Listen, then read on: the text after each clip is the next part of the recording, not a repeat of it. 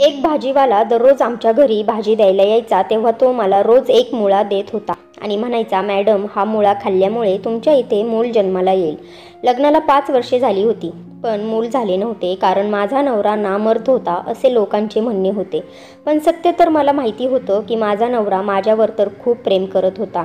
पण जेव्हापासून त्या भाजीवाल्याकडून मी मुळा घेऊन खायला सुरुवात केली होती, तेव्हापासून माझा नवरा माझ्यावर जास्तच प्रेम करायला लागला होता. पण माझ्या नवऱ्याची एकच सवय चांगली नव्हती, ती म्हणजे ते रोज रात्री माझ्या डोळ्यांवर पट्टी बांधायचे. मला हे सर्व काही खूप विचित्र वाटायचे, पण त्यांनी मला काहीही न विचारण्याची शपथ दिली होती.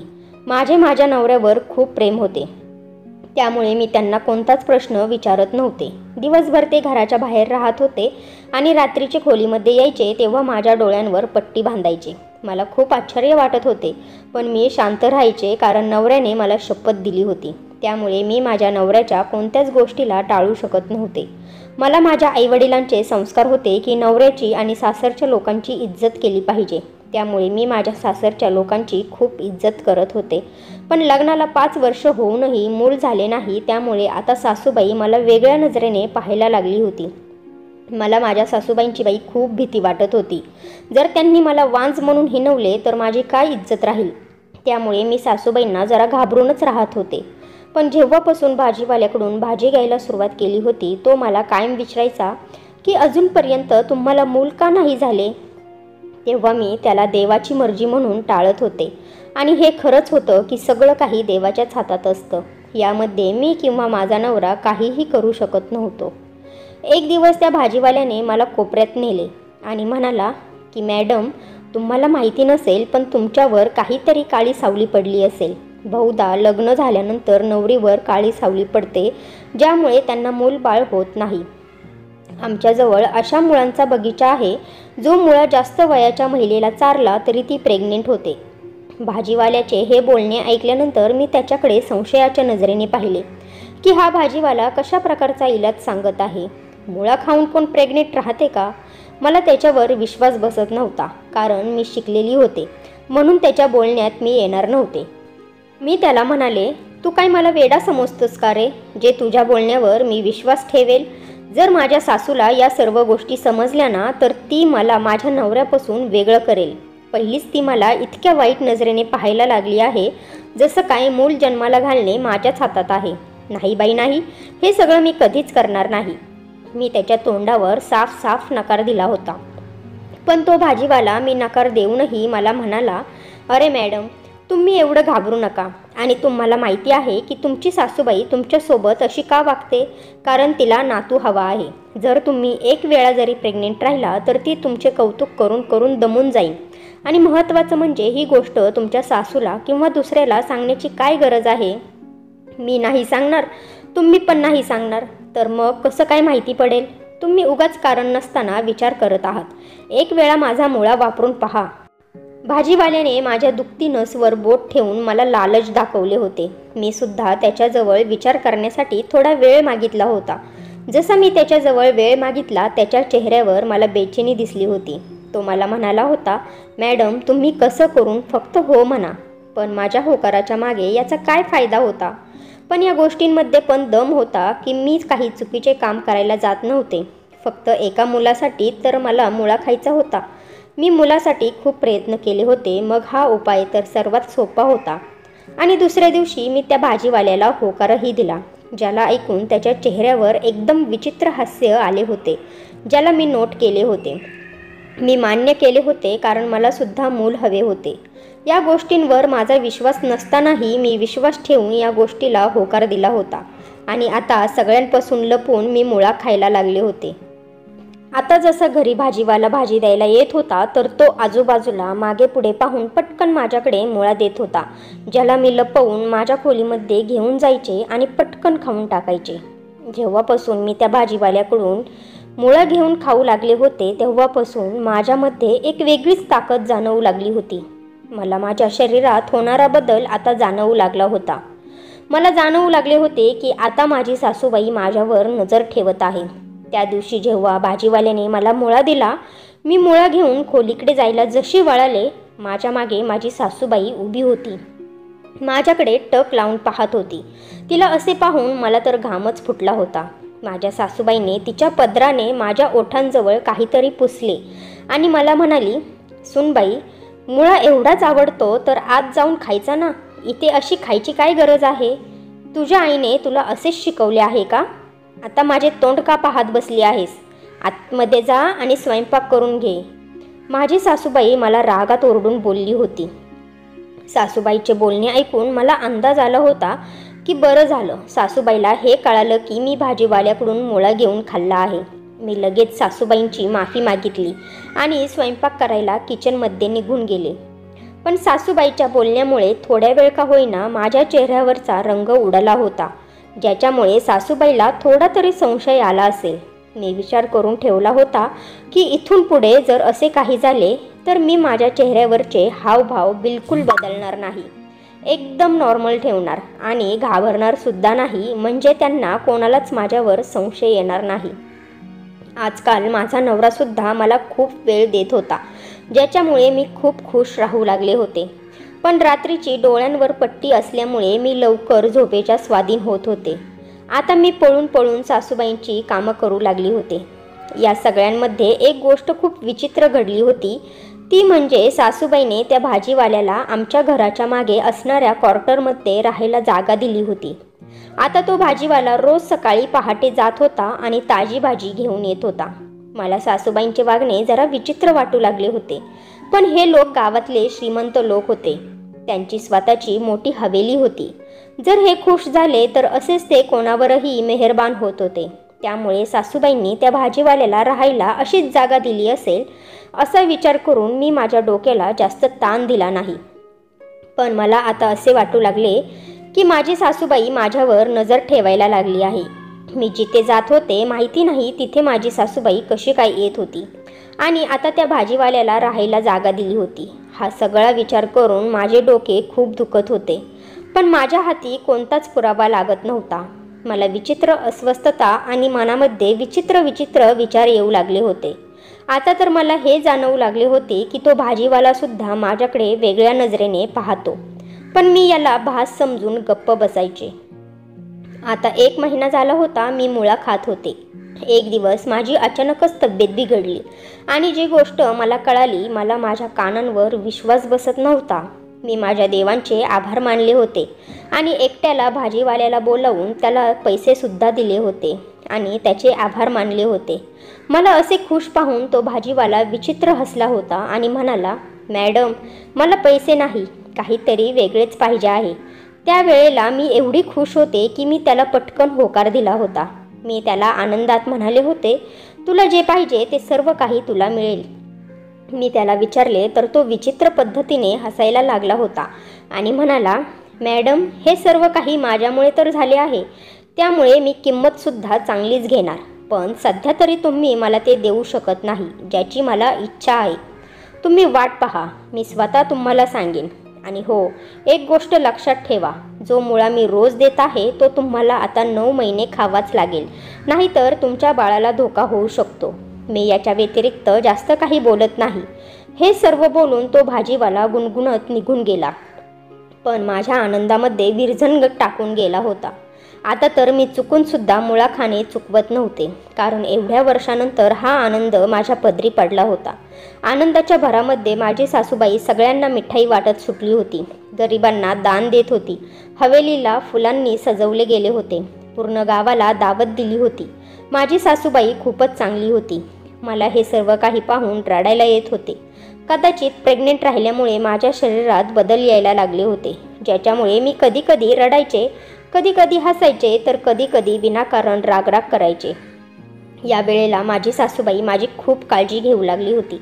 माझ्यासाठी एका वेगळ्या मोलकरणीची सुद्धा सोय केली होती. आता एकदमच माझा आदर खूप वाढला गेला होता. तो भाजीवाला खरं म्हणाला होता की एक वेळा तुम्ही प्रेग्नेंट राहिला तर सगळेजण तुमचे कौतुक करून करून दमून जातील. आता सर्व काही चांगले झाले होते. सासूबाईसुद्धा चांगल्या वागू लागल्या होत्या. आता मला रोज मुळा खायला लागत होता, पण त्या भाजीवाल्याची प्रत्येक वेळेस कोणती ना कोणती अट असायची. एक दिवस तर त्याने मला 1 तास त्याचे पाय दाबायला सांगितले होते. मी हे सर्व करून करून आता खूप काळजीत पडू लागले होते, कारण जर ही गोष्ट माझ्या सासूबाईला किंवा माझ्या नवऱ्याला कळाली तर माझी किती बदनामी होईल. सगळ्यांच्या मनात हेच येईल की माझं बाळच नाजायज आहे, माझं बाळ हे त्या भाजीवाल्याचंच आहे. मला हे सर्व काही घडून द्यायचं नव्हतं. त्यामुळे मी विचार केला होता की आता काहीतरी करावेच लागणार, नाहीतर मी वाईटरित्या फसू शकत होते. आता मी विचार केला होता की आता मी मुळा खाणार नाही, म्हणजे तो भाजीवाला त्याची अट ठेवणारच नाही. दुसऱ्या दिवशी मी त्या भाजीवाल्याला मुळा खाण्यासाठी नकार दिला. तेव्हा तो भाजीवाला खूप काळजीत पडल्यासारखा वाटला होता आणि तो मला म्हणाला, मॅडम, माझ्या अटीला नकार देण्यासाठी तुम्ही जर मुळा खाणार नसाल तर तुमचेच नुकसान होणार आहे. मी सांगतोय, मी तर आज फक्त माझी कपडे धुवायला सांगितले आहे, पण जर संध्याकाळी तुम्ही स्वतः माझ्याकडे चालत आल्या तर तुम्हाला माझ्यासाठी स्वयंपाक करावा लागेल. आणि फक्त स्वयंपाक नाही तर तुम्हाला तुमच्या हातून मला जेवण चारावे लागेल. विचार करून ठेवा. त्या भाजीवाल्याने तर मला सरळ सरळ धमकी दिली होती.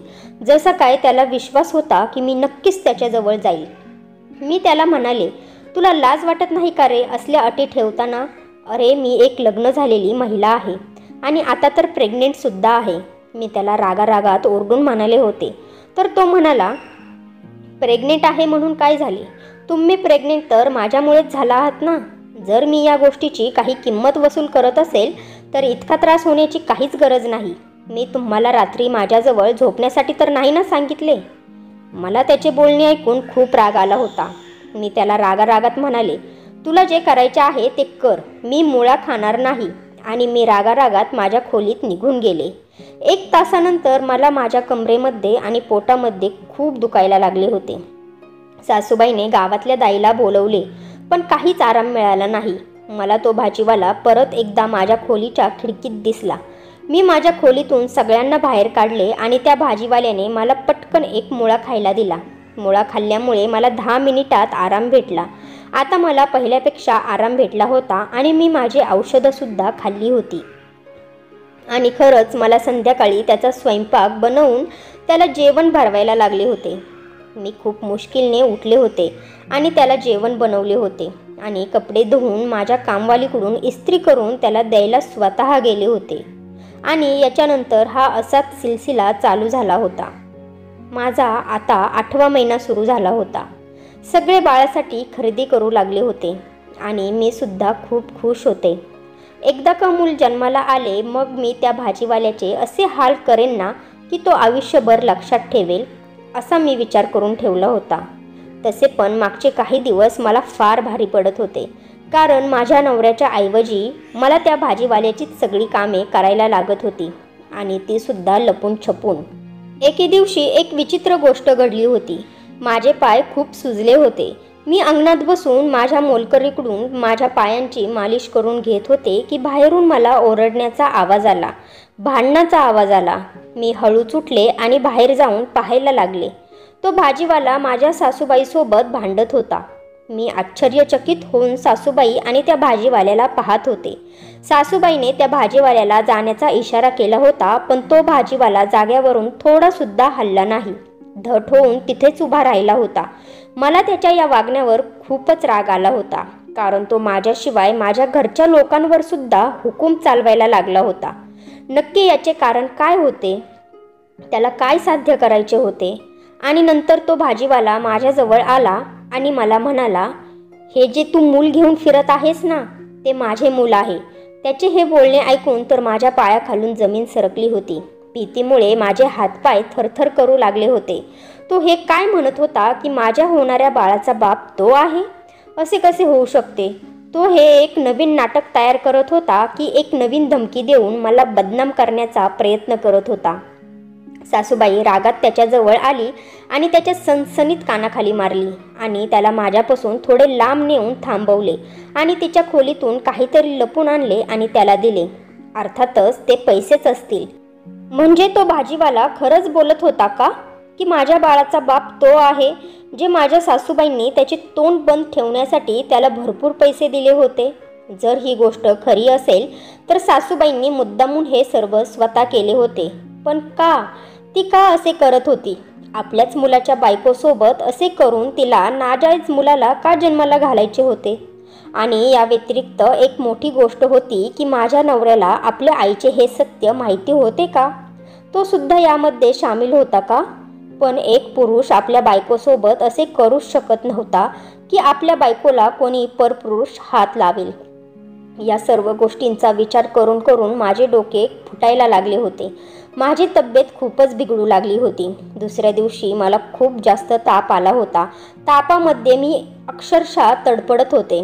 सगळे लोक माझ्यासाठी इकडून तिकडे पळत होते.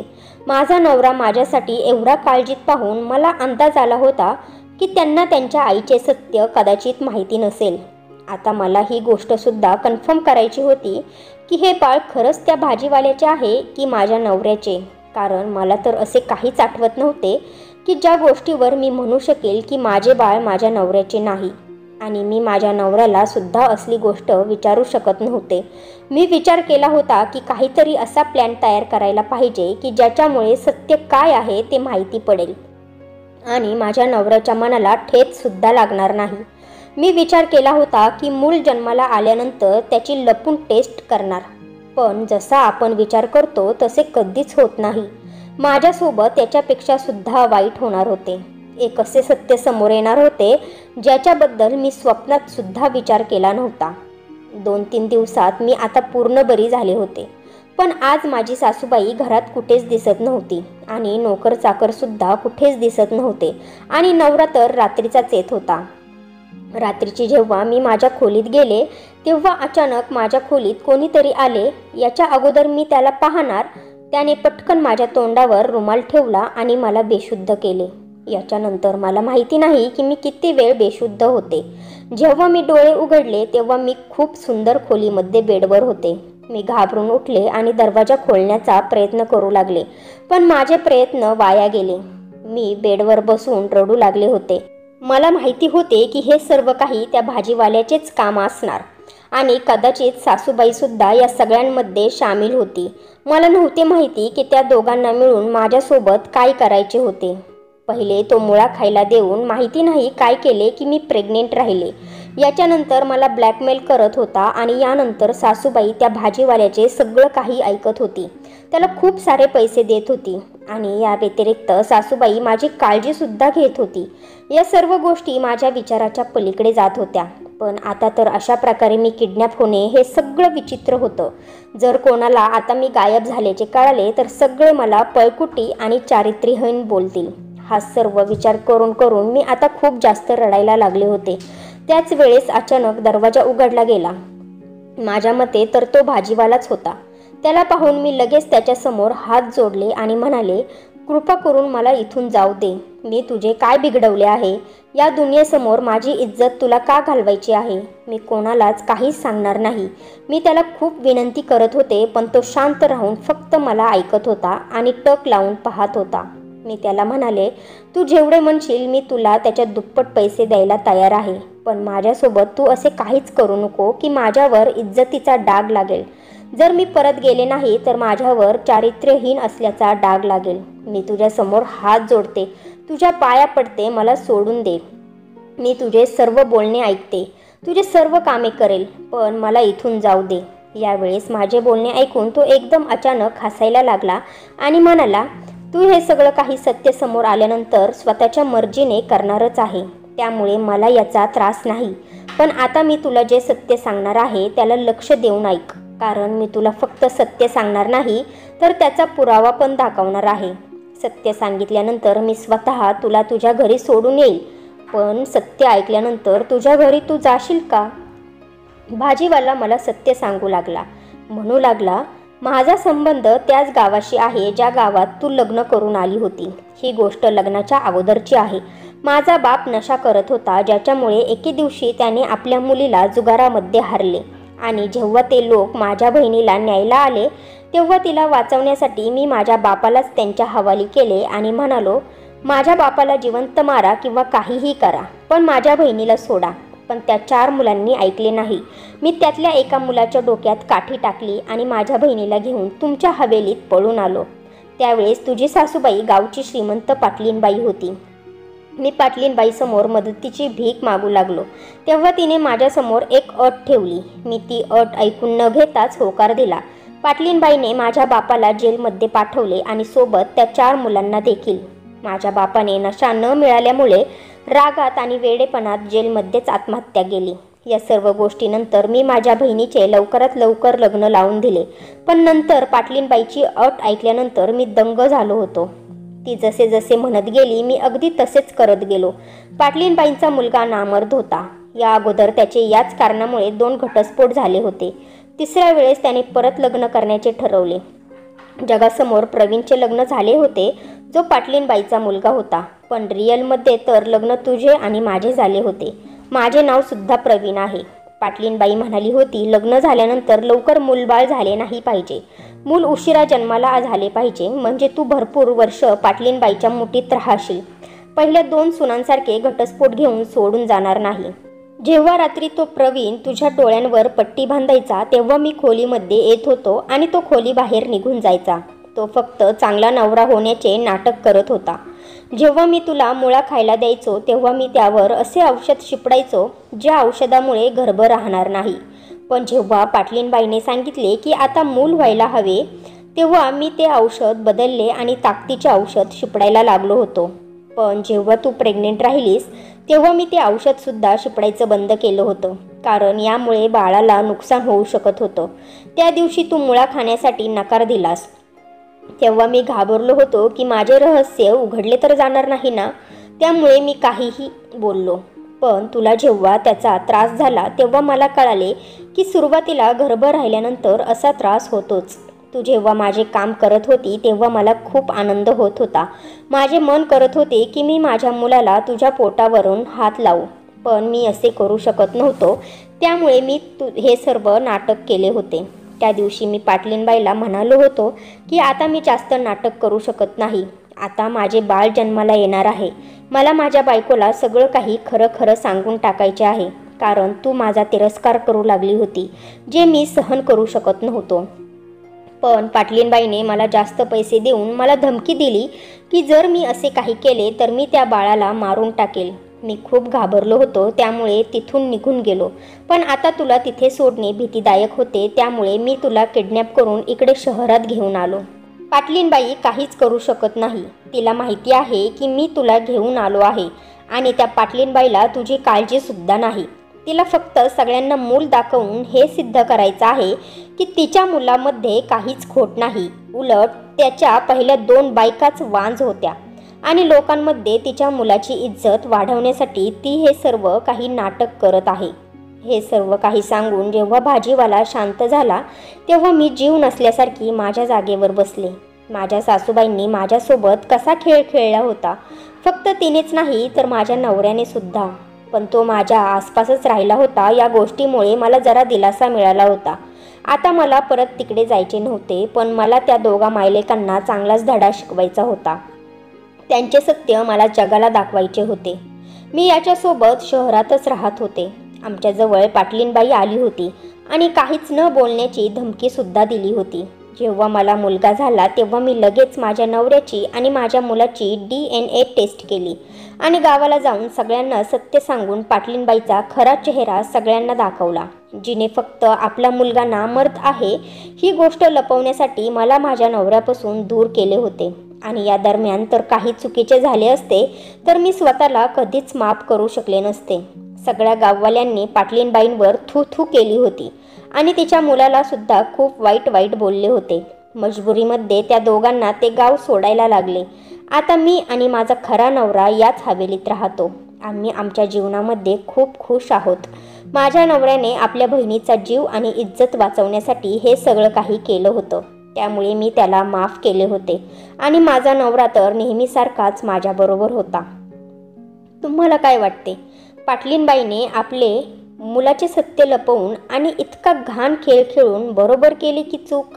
माझ्या नवऱ्याने भाजीवाला बनून आपल्या बहिणीचा जीव आणि इज्जत वाचवण्यासाठी जे काही केले ते बरोबर आहे की चूक? मी त्याला माफ करून बरोबर केले होते की त्याला सोडायला हवे होते? कमेंट करून मला तुमचे मत नक्की कळवा.